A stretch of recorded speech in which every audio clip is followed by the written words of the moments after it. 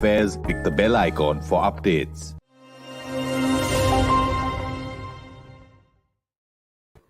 This is StratNews Global. I'm Amitabh Revi, and you're watching our weekly flagship show, The Talking Point.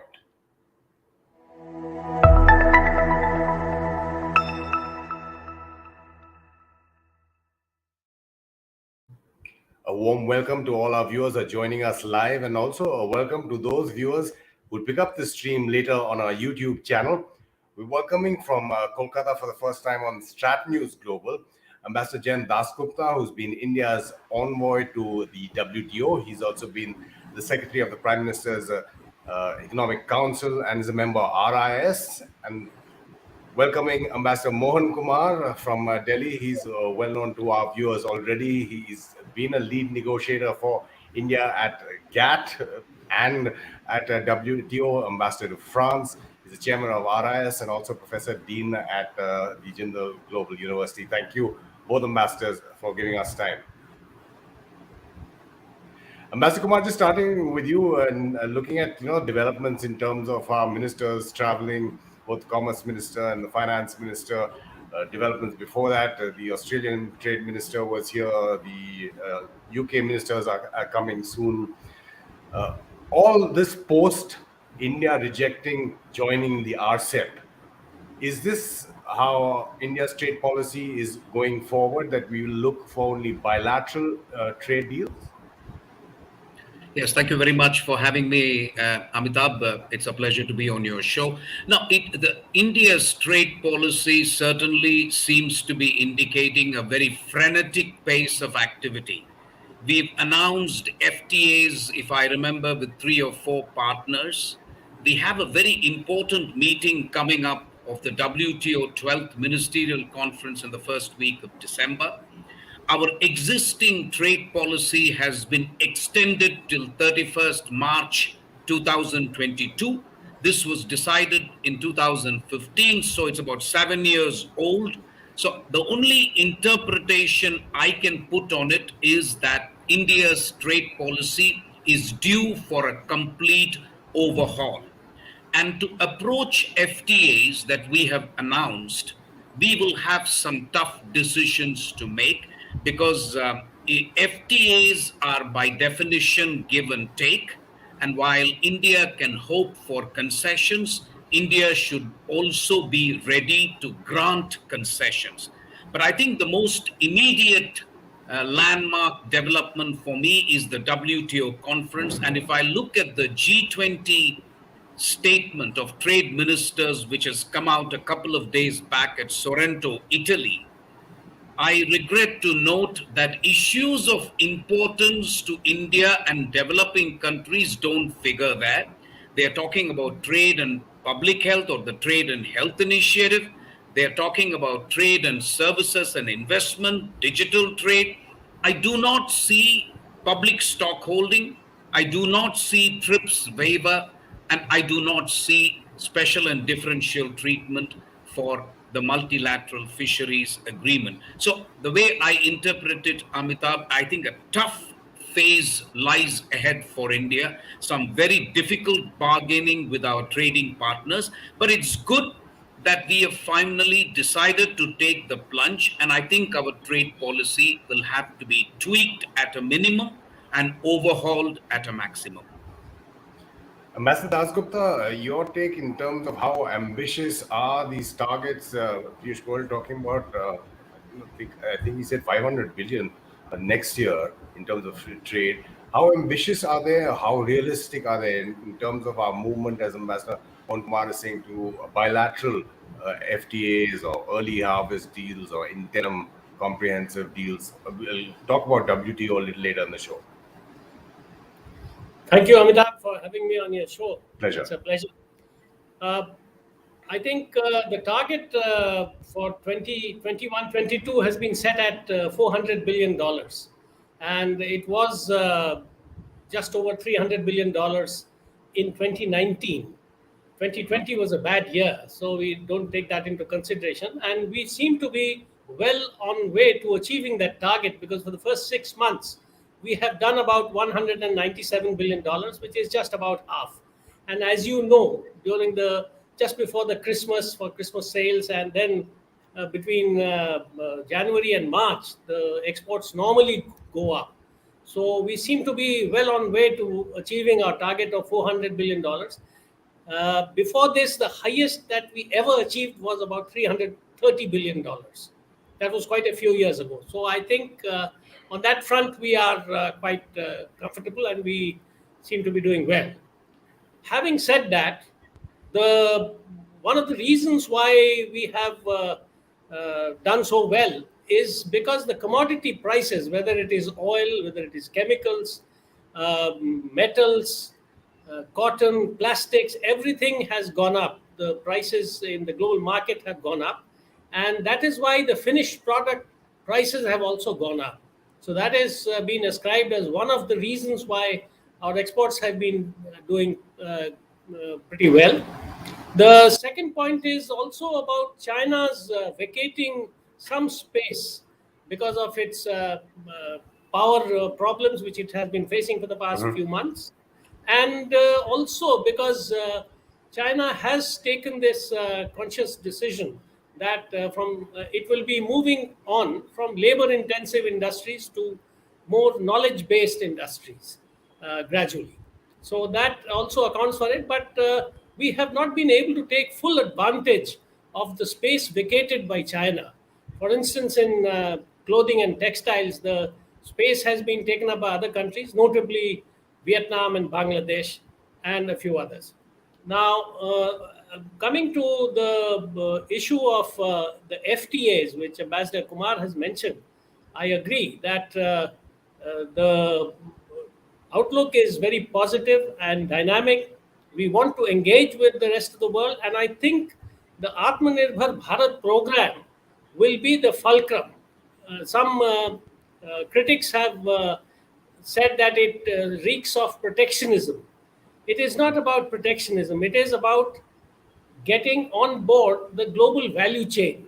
And if you look at the G20 trade and investment ministers' declaration from Italy, it also talks about the same thing, about making the global value chains sustainable and making it much more wide, having a much wider base.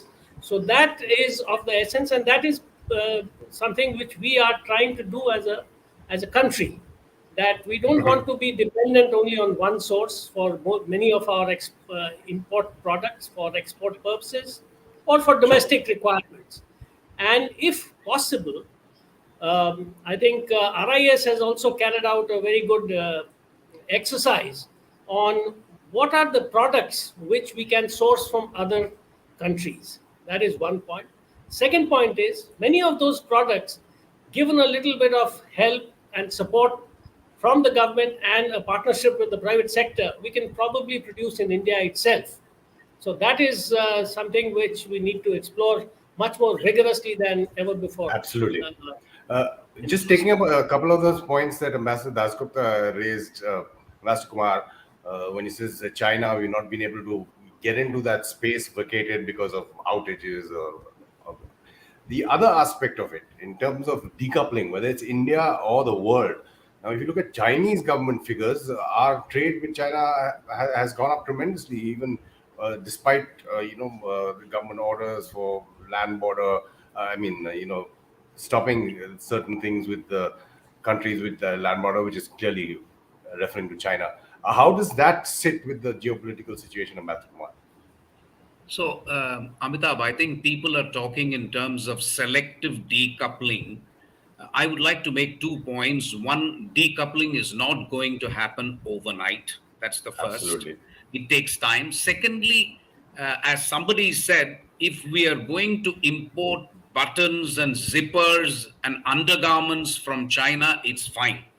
We will have to take a strategic view of what we are importing from China. If active pharmaceutical ingredients, we are dependent on China about 80%, solar panels 80%, similarly medical protective equipment 80%. Those are the things on which we need to focus. The rest of it, it really doesn't matter. You will continue to import from China. And maybe in the long run, who knows, before you decide to decouple from China, China may decide to decouple from you, thanks to their dual circulation strategy and so on. So I think you will have to make a qualitative appreciation of what is being imported from China. So this 90 to 100 billion dollar that I'm just hearing, I also saw it only yesterday. One will have to take a good look.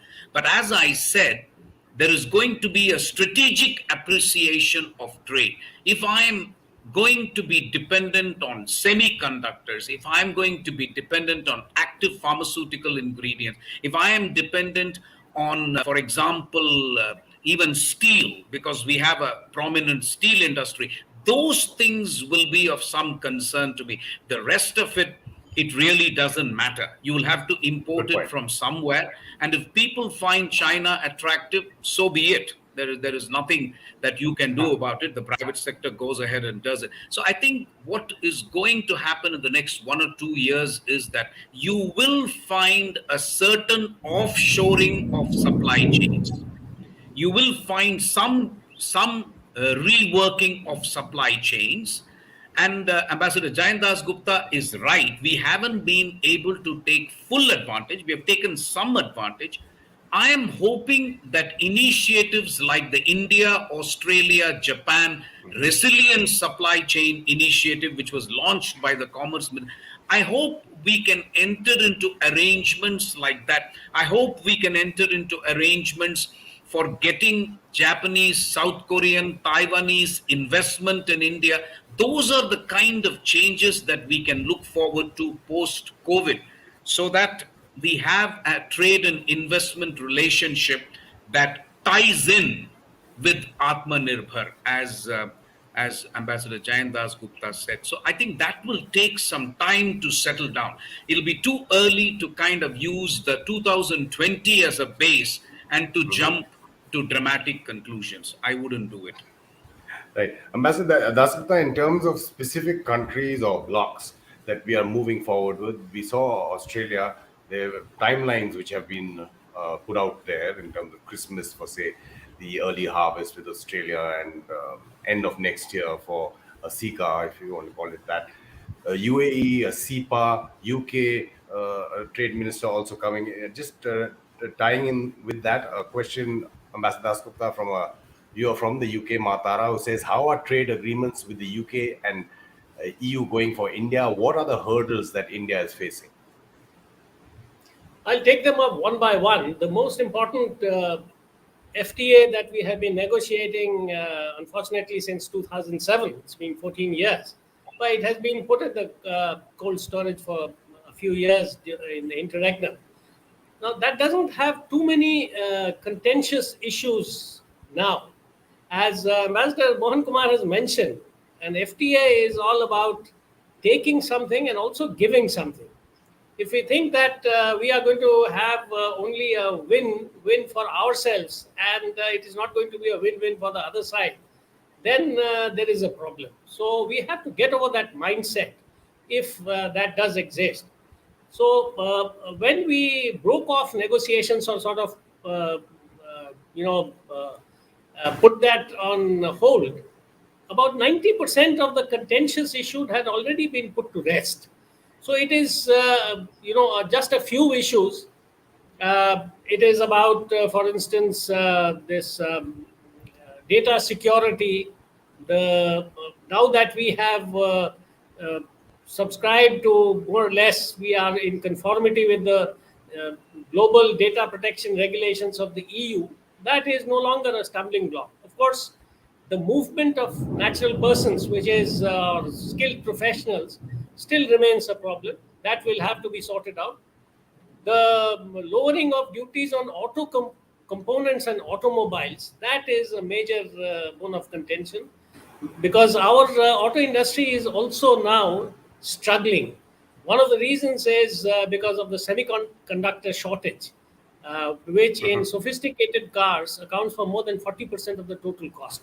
So in such conditions, if we allow the same companies which have their bases in, let's say, Southeast Asia or in Europe to come in with full cars, there will be a problem because it also is a very large employment provider for India.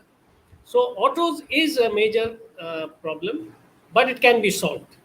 The last point is about issues like dairy products. The EU is not going to export milk to us, unlike New Zealand, for instance. It is going to export processed products of milk and other processed products, in which I think we will have to give in a bit, because that is something which they are very interested. And it includes also our very high tariffs, 150% tariffs on wines, for instance, in which the EU is interested, in whiskey, which they were interested in while UK. the UK was there. They are no longer interested because Scotch whiskey is out. So these are some of the contentious issues. There could be a few others. These can be solved, and the timeline can be in 6 months. If the two governments decide to sort out these issues, it can be done. So that is the most important FTA for us at the moment.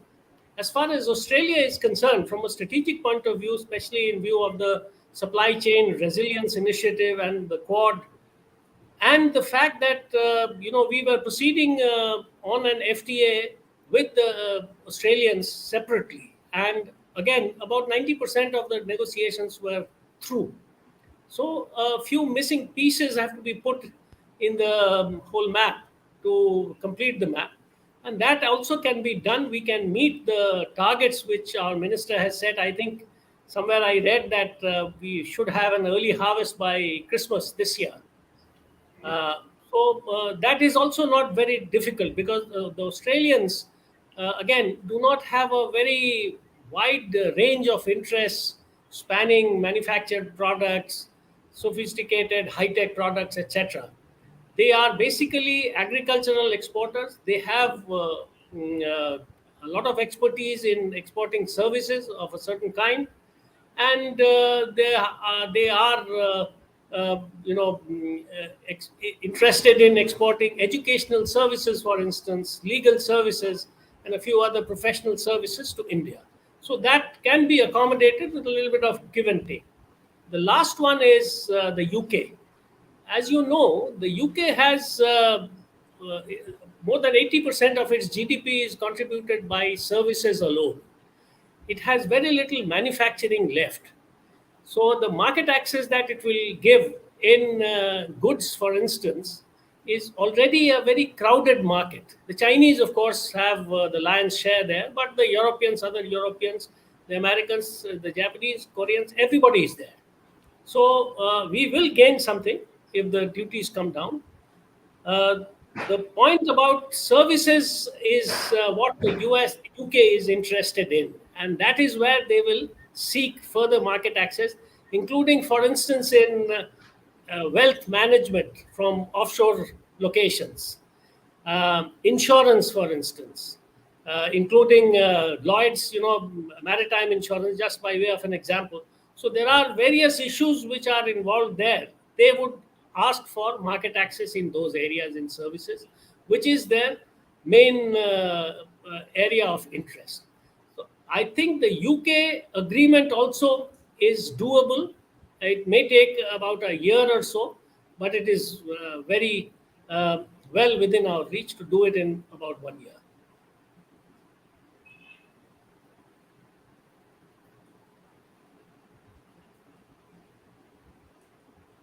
Amitabh, we can't hear you. Sorry, I had muted my mic there. Ambassador Kumar, on a more serious note, I played out those no champagne and whiskey and single malt comments. We saw those pictures of Finance Minister Nirmala Sitharaman in the US earlier as well. During the Trump regime, there was talk from Piyush Goyal, the Commerce Minister, that an interim deal was just a phone call away. As Ashish Kumar asks, what exactly happened to the India-US trade deal? So I think you will have to take into account the political mood in the United States. I mean, if they are walking away from something as significant as the Trans-Pacific Partnership trade deal, in which China was supposed to have been kept out, I don't think there is now political mood in the United States for any trade deal. So I will have to be honest with you. I do not believe in the short run that India and the United States can agree to either a mini trade deal or a trade deal. What we can try and talk to each other is about increasing market access for both countries on selective goods and services. That is what we should aim for. And frankly, Amitabh, there is nothing wrong with it, because an FTA with the United States is a very ambitious enterprise. It would call for very serious, meticulous preparations on both sides. India will have to take some tough decisions. So I would rather that we settle for something like a mutual market access deal. I would be keen, in fact, I don't know if Ambassador Jayant Dasgupta agrees, but I would be keen that the United States restore the GSP privilege for India, for instance. I think we need to sort it out with the United States, because they cannot put China and India in the same basket.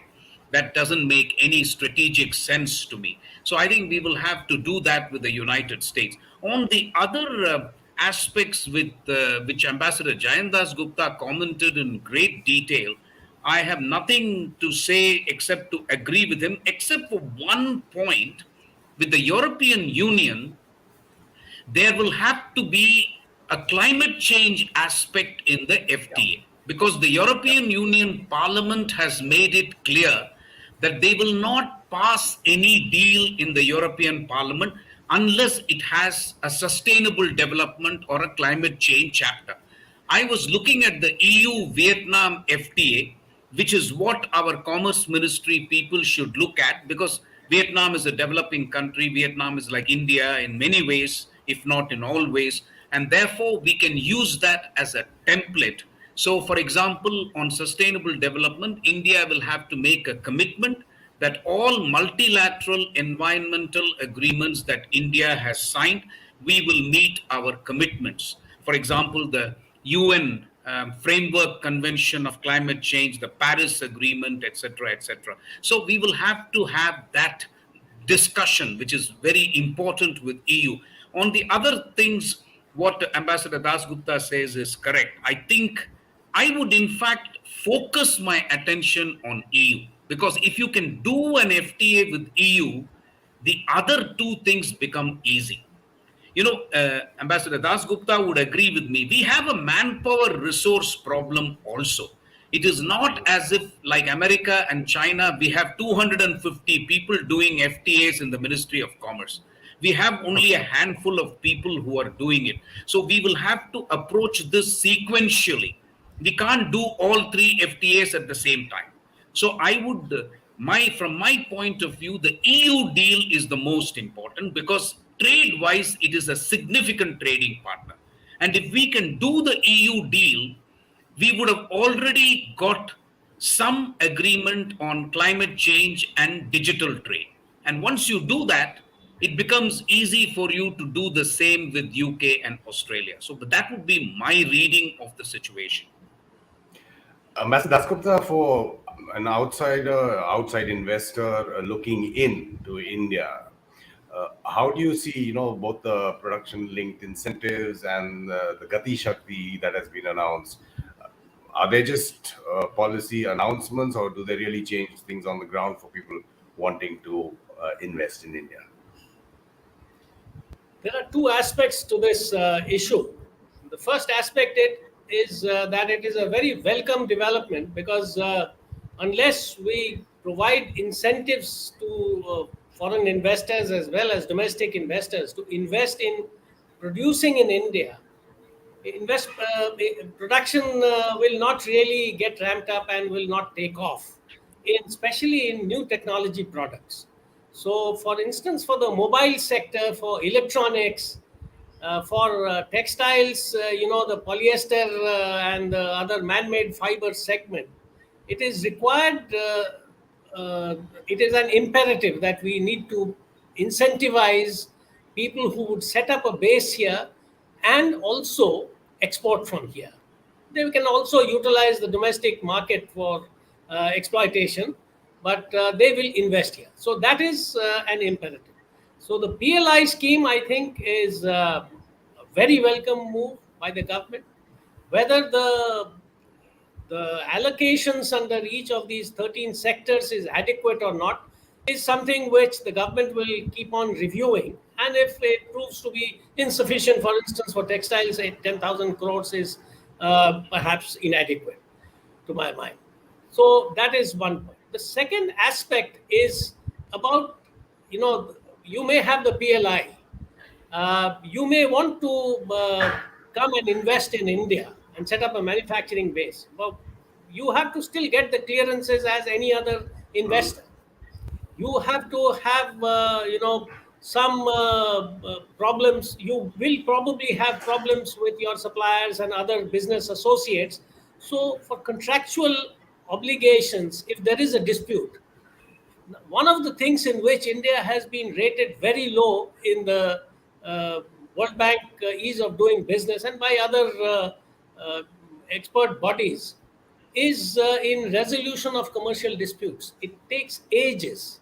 That is one thing which deters investors from coming into India. The second aspect is, of course, India has now jumped to 63rd position 2 years ago. There are many things which have been addressed, but there are a lot of very important things which still are waiting to be addressed properly. And the proof of the pudding is in the eating.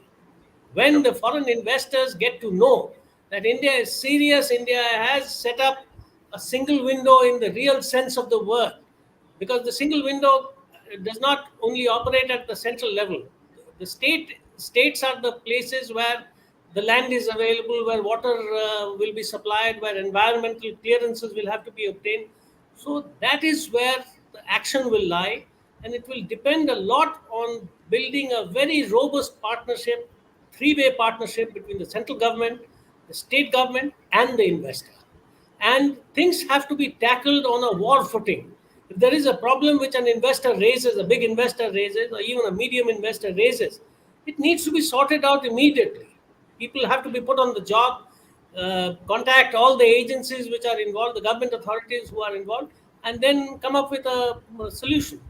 So that is the kind of approach which Vietnam has adopted, which Bangladesh, for instance, for a few industries, garments is definitely one of them, but it has taken very huge strides in pharmaceuticals, for instance, in the recent past. So there are many examples abounding in our own neighborhood when we find that people have done very well by adopting this very proactive approach. So I think we have to get out of our slumber and address all these issues which are still left relatively unaddressed in the ease of doing business. Master Kumar, in the beginning, you mentioned the very important WTO ministerial conference coming up in November. Is India in a slumber in that sense as well? Not much reporting that we see of what's happening in terms of us being in the tent while rules are being made. And in light of that, also Matara asking, how long will China be allowed to cheat around WTO rules? Is there going to be any action, she goes on to say, against China for flouting WTO trade rules? So, Amitabh, I don't know slumber, but I think it's a challenging meeting, frankly. The 12th Ministerial Conference of the WTO is going to pose challenges to India. For your viewers, WTO has three functions. One is a negotiating function. The second is a dispute settlement function. The third is a trade monitoring function, which is based on notifications made by member states. If I take the negotiating function, the problem with WTO has been that it has not delivered a multilateral agreement for years and years. So the action has shifted to plurilaterals, what is known as joint statement initiatives. And in most of those joint statement initiatives, India does not participate. So that is challenge number one. And I see from the G20 statement in Sorrento that they have said that joint statement initiatives are a way to go by, although they have added one sentence, which I suspect is India, which says that concerns have been expressed by countries which do not participate in JSIs or joint statement initiatives. That is the first challenge. The second challenge is there is likely to be one multilateral agreement which could be finalized potentially in the 12th ministerial conference, and that is on multilateral agreement on fisheries, which incidentally I was involved in Doha in 2001. We launched it in 2001. It has taken 20 years for the WTO to agree on a multilateral agreement on fisheries. India's problem in this agreement is one of special and differential treatment because we simply cannot do these things overnight. There is an issue of artisanal fishing. We are not big fishing nations like China, Taiwan, or Japan. Those are big. We are very, very small. Our problem about fishing is a livelihood issue. So we are asking for favorable time, but also obligations which are not like the obligations which are imposed on China, Taiwan, or Japan. My understanding is that it is still a battle that is going on. The text has not been finalized. So that is as far as the negotiating function is concerned. The second is dispute settlement function, where India has a systemic interest because the United States all by itself has completely sunk the dispute settlement function from 2017. The appellate body has become defunct. Now, this means no disputes are being brought against India. So secretly, some Indians might be happy that no dispute is being brought against India or nothing is. But then we can also not take disputes to the WTO, which means our trading partners, if they take inconsistent measures, we are not able to contest them. So we do have an interest in the reform of the WTO as it concerns the dispute settlement mechanism. Finally, the question that one of your viewers posed on China, I think it would be wrong to think that China is allowed to get away with murder. There is a paragraph in the G20 meeting on industrial subsidies, that is state subsidies. There is also a reference to excess capacity, which is also targeted at China. How this will play out, I don't know. But certainly China will also face some pressure. But you see, when your viewer asks how is China allowed to get away with murder, which is probably technically correct, and I agree with her, but if you don't have a well-functioning dispute settlement mechanism, what are you going to do? You will have to accept unilateral measures by countries like Mr. Donald Trump did. So I think the WTO faces, frankly, an existential crisis, to be honest. All three functions in all the years that I have dealt with GATT and then WTO, I have never seen an organization like WTO suffer in all three areas. All the three departments, that is negotiating function, dispute settlement function, trade monitoring function, they are facing. Having said that, I want to conclude by saying the rich countries have invested too much in WTO. So don't believe anybody who tells you the WTO is dead. I think what is sought to be done is that WTO is sought to be reinvented. And my fear, and I'll be very eager to know the views of my friend, colleague, batchmate, and Ambassador Jayant Dasgupta in this regard, I think they will reinvent it as a plurilateral organization. If you want to join, you join. Otherwise, they will go ahead and frame the rules. That is my assessment, but I speak under correction. Thank you. The Americans are reinvesting in the WTO, at least the Biden administration. Now, Ambassador Dasgupta, if you want to take the last word on WTO. I agree with Ambassador Mohan Kumar in most of what he said about the WTO. The challenges that are being faced by the WTO are quite well known. the US and a few other developed countries have been harping on 2 or 3 issues which specifically hurt India. One of them is about differentiating amongst developing countries and graduating them out of the special and differential treatment category.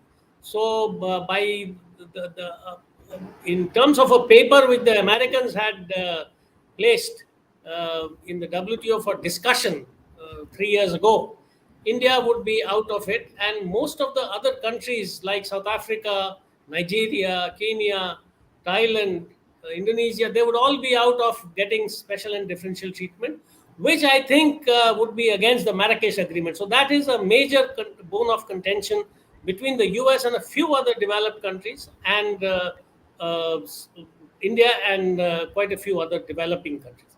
So that is one. The second point is, which Mr. Mohan Kumar mentioned, the US has been saying that with 164 members in the WTO and countries being at different levels of development, a consensus-based approach to decision making is not feasible, which means that plurilaterals will be the way forward for the developed world. So whichever developing country, for instance, Singapore and a few other South American countries may want to join hands with the US, the European Union, Japan, etc., and get into plurilateral agreements. China may also be interested in joining some of the plurilateral agreements. So that could be a real threat for the existence of the WTO as we have known it, for being a broad-based, rules-based organization where every country, on paper at least, has a say, has, so to say, a vote. So that is likely to go out of the window. And for India, it is a bit of a problem because without the support and backing of other developing countries, India will find it very difficult to have its own way in most of the negotiations, including, for instance, in e-commerce, in investment facilitation, and fisheries subsidies as well.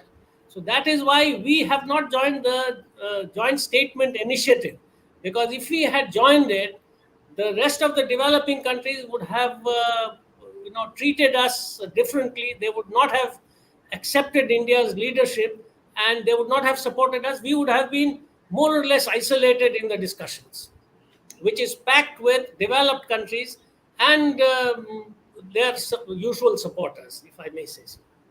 Sure. Master Dasgupta and Master Kumar, as Varun Pratap says, Power Pact session, insightful and detailed analysis. Thank you both for coming on our show. Thank you. Pleasure. And just programming note, do keep track of both StratNews Global and our sister concern Bharat Shakti, because we have the Bharat Shakti annual India Defense Conclave coming up. So there'll be lots of news and analysis that will come up from Power Pact sessions there as well. You've been watching Talking Point on StratNews Global. I'm Amitabh.